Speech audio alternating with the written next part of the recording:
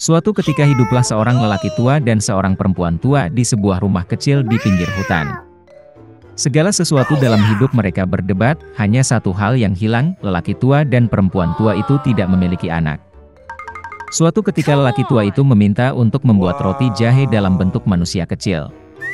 Wanita tua itu melihat ke dalam gudang, dan hampir tidak ada tepung yang tersisa.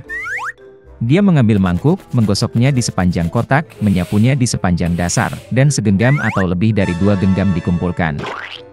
Wanita tua itu menguleni adonan dengan krim asam, dan ketika dia menggulung roti jahe di atas meja, dia mengambilnya dan membuatnya dalam bentuk seorang pria kecil, dengan lengan, kaki, dengan kepala. Dan taruh di oven. Setelah beberapa saat, wanita tua itu datang untuk melihat apakah roti jahe sudah dipanggang, mengambilnya dan meletakkannya di jendela agar dingin. Pria roti jahe mendingin, berbaring, tetapi tiba-tiba bangkit dan berlari secepat mungkin keluar rumah, dari jendela ke bangku, dari bangku ke lantai, melintasi lantai dan ke pintu, melompati ambang pintu ke beranda, dari beranda ke halaman, dari halaman ke gerbang, lebih jauh dan lebih jauh. Wanita tua itu memanggil suaminya, dan mereka berdua mengejarnya. Tapi tidak mudah untuk menangkap manusia kue jahe. Sekarang dia sudah sampai di ladang di mana para petani sedang mengirik tanaman mereka. Berlari melewati, pria roti jahe berteriak kepada mereka bahwa dia telah melarikan diri dari wanita tua dan pria tua itu, dan dia akan dengan mudah melarikan diri dari mereka juga. Para petani mendengar ini dan mengejarnya.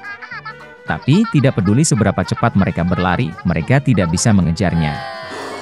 Seorang pria roti jahe berlari ke lapangan tempat mesin pemotong rumput sedang memotong rumput. Berlari melewati, dia berteriak kepada mereka bahwa dia telah melarikan diri dari wanita tua itu, dan dari lelaki tua itu, dan dari para petani, dan dia akan dengan mudah melarikan diri dari mereka juga.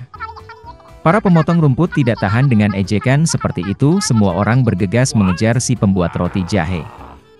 Mereka berlari secepat yang mereka bisa, tetapi mereka tidak bisa mengejar.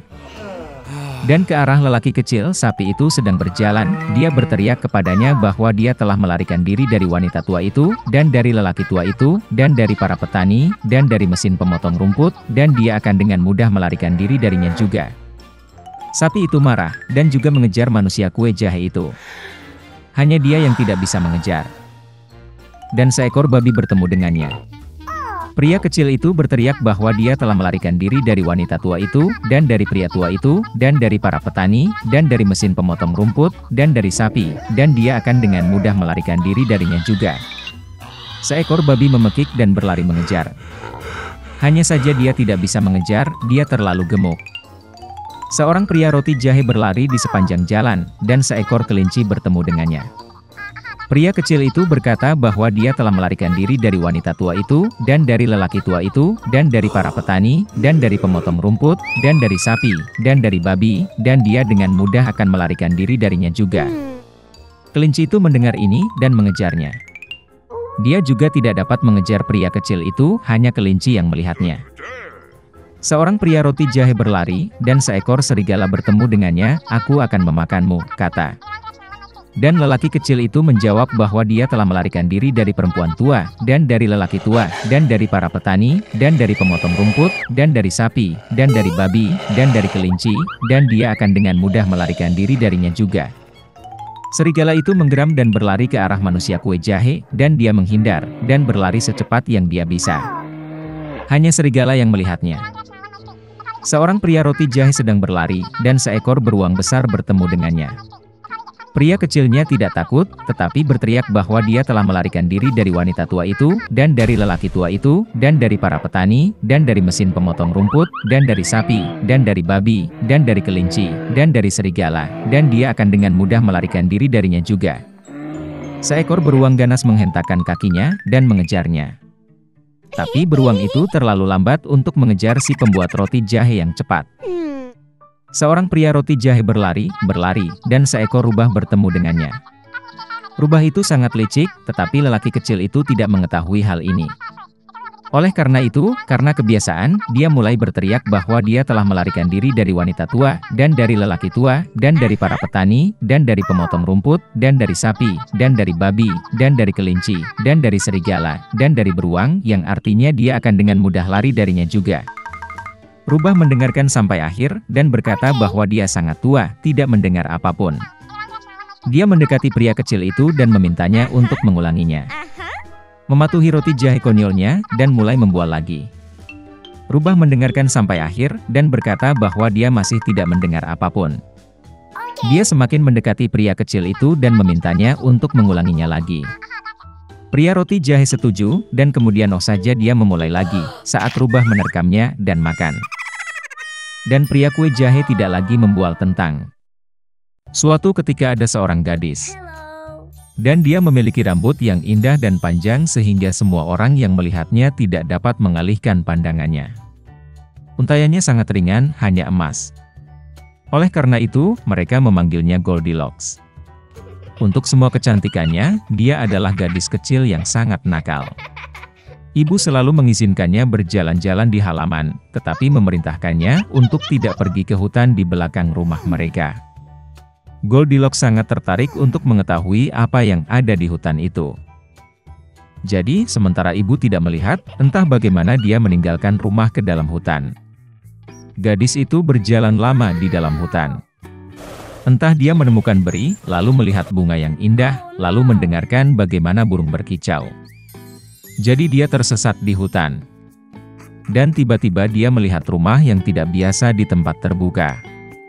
Goldilocks mendekatinya dengan tenang. Saya berjalan berkeliling, tetapi tidak melihat siapapun. Dia mengetuk pintu, tapi tidak ada yang menjawab. Kemudian dia mengetuk lebih keras, dan pintunya terbuka sendiri. Goldilocks masuk dengan hati-hati. 3 beruang tinggal di rumah itu.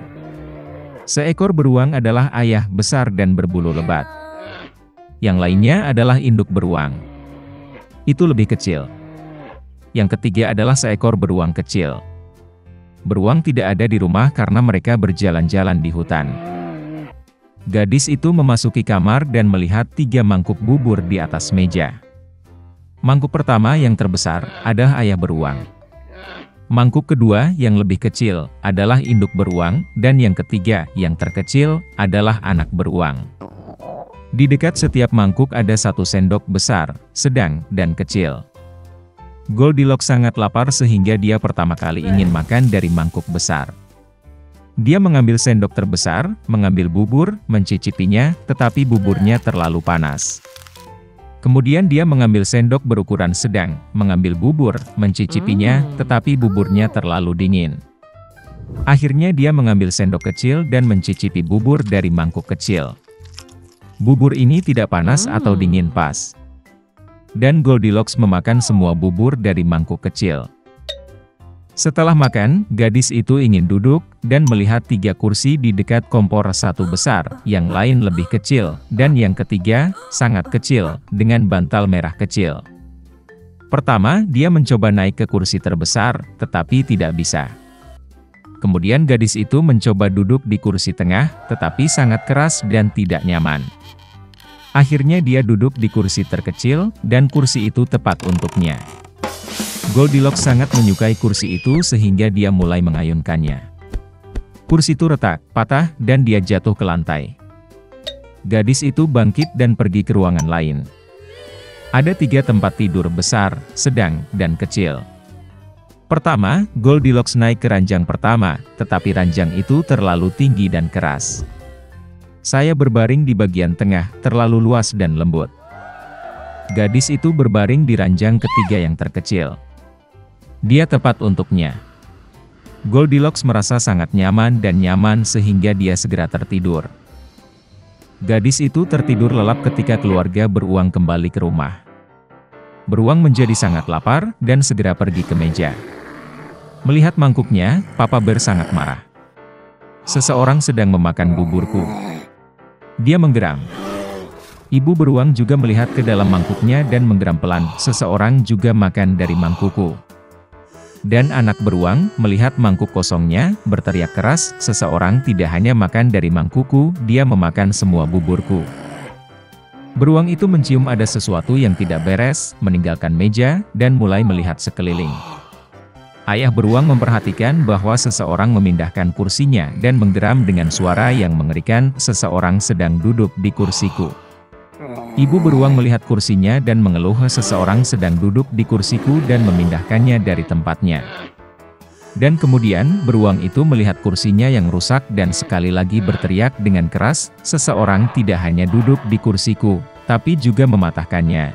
Ketiga beruang itu dengan hati-hati masuk ke kamar tidur. Seseorang sedang berbaring di tempat tidurku dan meremasnya. Papa Bear meraung dengan suara yang mengerikan. Dan seseorang juga berbaring di tempat tidurku dan meremasnya, geram ibu beruang. Teddy Bear melihat ke tempat tidurnya dan berteriak lagi, seseorang sedang berbaring di tempat tidurku. Dan kemudian dia melihat gadis itu dan menjerit dengan suara pelan, dan masih tidur di dalam dia. Ayah dan ibu beruang pergi ke tempat tidur dan melihat bahwa seorang gadis kecil sedang tidur di sana. Goldilocks terbangun dari jeritan anak beruang, dan sangat ketakutan, ada 3 beruang di depannya. Dia langsung melompat keluar rumah, dan berlari kemanapun matanya memandang, tanpa melihat ke belakang.